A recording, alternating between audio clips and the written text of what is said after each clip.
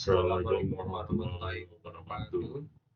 Perkenalkan, nama saya Raifa Biasa Hafid dari Prodi Teknik Informatika, Fakultas Teknologi Informasi dengan NIM 24115000784 dari Universitas Budi Luhur. Perkenalkan, nama saya Muhammad Fauzan Wiraduwangsa. Saya dari Prodi Teknologi Informasi. Saya dari Fakultas Teknologi Informasi. NIM saya 241150 Saya berasal dari Universitas Budi Luhur. Oke, kami di sini akan menjelaskan analisis kami tentang sistem parkir cerdas untuk mengatasi permasalahan parkir di perkotaan. Nah, penjelasan tahapan penelitian. Penelitian ini dilakukan melalui beberapa tahapan yang saling berkaitan untuk menghasilkan solusi sistem parkir cerdas yang sesuai dengan kebutuhan. Adapun tahapan penelitian yang dilakukan adalah sebagai berikut. Yang pertama, ada identifikasi masalah.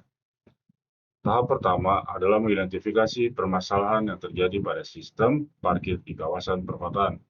Kegiatan yang dilakukan meliputi observasi terhadap kondisi parkir, pengamatan terhadap kemacetan yang disebabkan oleh parkir sembarangan, serta kesulitan pengguna dalam menemukan lahan parkir yang tersedia.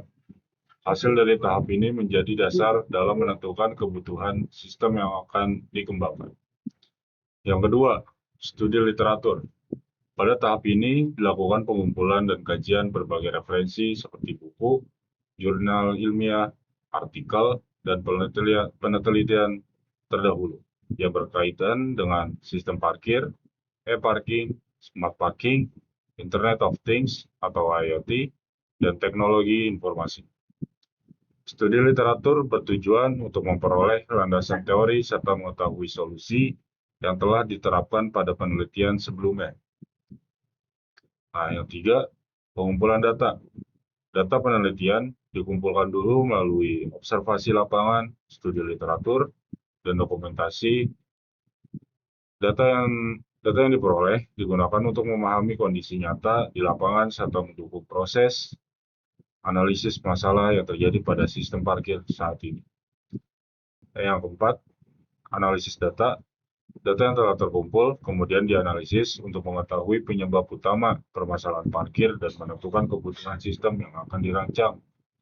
Analisis dilakukan dengan membandingkan kondisi yang ada dengan teori dan hasil penelitian sebelumnya sehingga diperoleh gambaran solusi yang tepat. Dan yang kelima, ada perancangan sistem. Berdasarkan hasil analisis, dilakukan perancangan sistem parkir cerdas yang mampu memberikan informasi ketersediaan lahan parkir secara real time.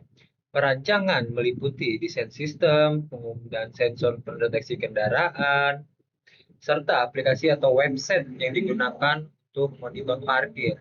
Dan keenam, implementasi sistem. Tahap implementasi merupakan proses penerapan rancangan sistem ke dalam bentuk prototipe atau model sistem yang dapat dijalankan.